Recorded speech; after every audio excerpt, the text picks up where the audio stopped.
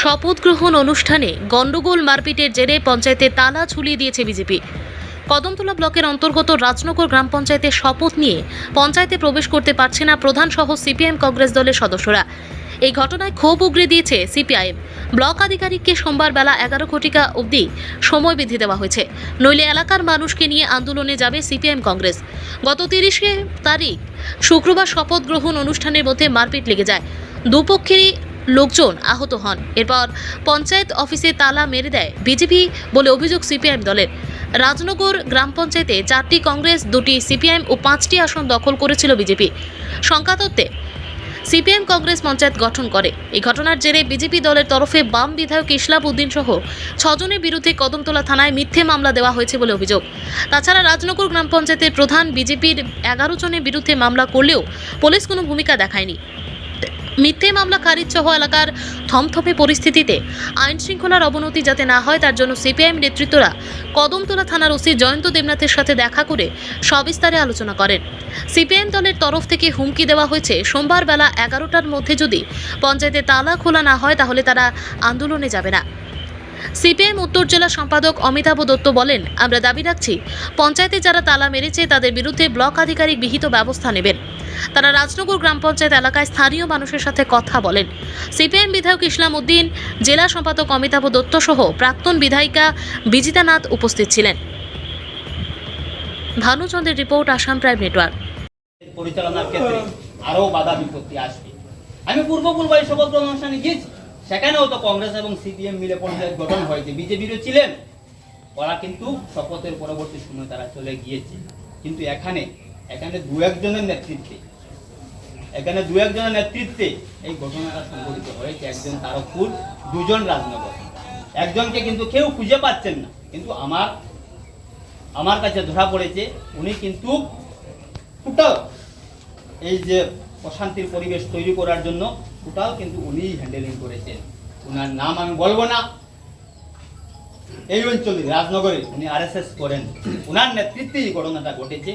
তো আমি এই ঘটনার ধিক্কার জানাই। আমি তাদেরকে বলেছি, এত নিচু মায় মন নিয়ে রাজনীতি করার ঠিক নয়। আমি আজকের সভা থেকে বলবো, যারা ঘুষ করেছে, দুষ্কৃতিকারী যারা, পুলিশি তদন্তের মাধ্যমে, এখানে ভিডিও ফুটেজ রয়েছে, আমাদের কাছেও ভিডিও ফুটেজ রয়েছে, প্রশাসনের কাছেও ভিডিও ফুটেজ রয়েছে।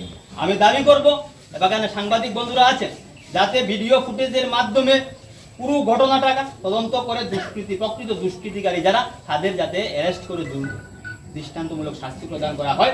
এবং আমাদের যাদের বিরুদ্ধে মামলা হয়েছে, সম্পূর্ণ মামলাটা মিথ্যা মামলা হয়েছে, সেই মামলা যাতে প্রত্যাহার করা হয়। এই কথাগুলো বলে সবাইকে আবার শ্রদ্ধা অভিনন্দন জানিয়ে আমি আমার আলোচনা এখানে শেষ। উদ্দেশ্যটা কি? অন্য জায়গায় তোমরা দেখছি সারা রাজ্যের মধ্যে বিজেপির যেখানে প্রধান, উপপ্রধান, সমিতির চেয়ারম্যান, ভাইস চেয়ারম্যান নিয়ে মারামারি, এটারে ইস্যু করিয়া আমরা এলাকায় তারা তৈরি করার চেষ্টা করছে। যাও, খালাগাঙ্গের পারের মানুষ সংগঠিত ভাবেই তার মোকাবিলা করছেন। রাজনগর গ্রাম পঞ্চায়েত প্রথম ছিল 28 তারিখ, এরপরে 29 তারিখ, এরপরে 30 তারিখ।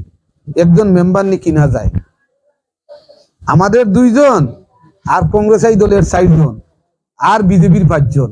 তারা বারবার চেষ্টা করছেন 1-2 জনকে সংগ্রহ করা যায় কিনা। 10 লাখ টাকা, 15 লাখ টাকাও ডিমান্ড করছে। এরা তো সিপিআইএম কংগ্রেসের জনপ্রতিনিধি, নির্বাচিত, নবনির্বাচিত সদস্য। এদেরকে কিনিয়া পঞ্চায়েত গঠন করা, তাইলে উদ্দেশ্যটা কিটা? গত 5 বছর যে লুট করছে, লুট বলতে পারেন না। তো অনুষ্ঠানটা শুরু হইবে 11টায়, আমি 11টায় দেখলাম সব জায়গাতে অফিসাররা টাইমলি উপস্থিত হয়। রাজনগরে 11টা বাজে যারা শপথ বাক্য অনুষ্ঠান করাইব কদমতলা ব্লকের কেউ নাই। আমি ওই বকুল দাস দে তাইনের দোকানের বারিন্দাত বাদ, এটা সিআরএ বাদ, যে শপথ গ্রহণ সরকারি অনুষ্ঠান, আমাদের নিমন্ত্রণ নাই। আর জনপ্রতিনিধি হিসাবে নিমন্ত্রণ না থাকলে যাওয়াও ঠিক নাই। আমার কয়েকজনে জানাইছে, আমি কইছি না, আমি এখানে থাকবো। শপথ গ্রহণ অনুষ্ঠান শেষ হইলে পরে প্রধান, উপপ্রধান ঘোষণা হওয়ার পরে আমি দেখি এখন যেতাম নাই। তোমরা যতও এখন যেতাম না এখানে বসার। তো 11:30 অফিসার নাই। আমি টেলিফোন করলাম এডিশনাল বিডি, আপনি তো দায়িত্বে, তো সবাই তো মানুষ এখানে জাগা হইতেছে না, মানুষের গেঞ্জাম, কেন দেরি করছেন আপনি? না, আমি আইয়া পড়ছি আমতলা খালাগাঙ্গের পার পঞ্চায়েত অফিসের সামনে। এরপরে উনি যথারীতি ঢুকলেন। আমাদের কাছে খবর আছে এখানে প্রধান, উপপ্রধান গঠন হওয়ার পরে এখানে একটা কিচ্ছু হইব। পুলিশের সামনে ভিডিও রেকর্ডিং আছে, আমাদের কর্মীরা ভিডিও রেকর্ডিং করছে। ভাইরাল হয়েছে, তারপরও কেন হুমকি দেওয়া হইব? আমাদেরকে গ্রেফতার করতে হইব কেন? আমি সেই জন্য বলছি, মনে করবেন না ৮ জনের বিরুদ্ধে মামলা হয়েছে, এই ৮ জনই আসামি। আমরা রাজনগরের সমস্ত মানুষ আজকে আসামি। যদি একজনকে গ্রেফতার করে গোটা রাজনগরের সমস্ত অংশের মানুষ আমরা যারা নেতৃত্ব আছি আমরা এর বাইরে থাকতাম না। আপনাদেরকে আশ্বস্ত করে যাইতাছি, আমরা রাজ্য কমিটির যারা এখানে আছি 4 জন সদস্য আছি, আপনাদের সাথে আমরাও কদমতলায় থানায় যাই, আমাদেরকেও গ্রেফতার করে। আমরা মানুষ বন্যা আক্রান্ত, এরকম অবস্থায় রানীর বাজারে সাম্প্রদায়িক দাঙ্গা লাগাইলো কারা? বিজেপির নেতারা। প্রশাসন কোন জায়গায় যদি মূর্তি ভাঙা থাকে, প্রশাসন উদ্যোগ হোক, দুষ্কৃতীদের গ্রেফতার করুক।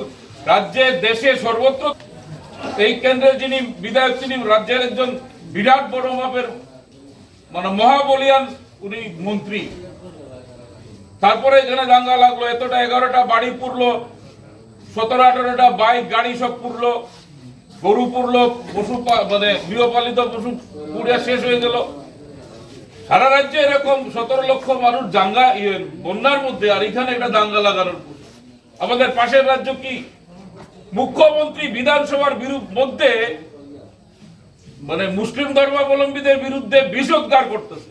কেন না? বিরোধীরা তুলছে বেআইনি ভাবে আসামের সরকারি জমি সব হিমন্ত বিশ্ব শর্মার পরিবারের দখলে যেতেছে। তার বিরুদ্ধে কোনো আইনগত ব্যবস্থা নেওয়ার ক্ষমতা নেই, এমন আসামে এখন দাঙ্গা লাগানোর পরিস্থিতি।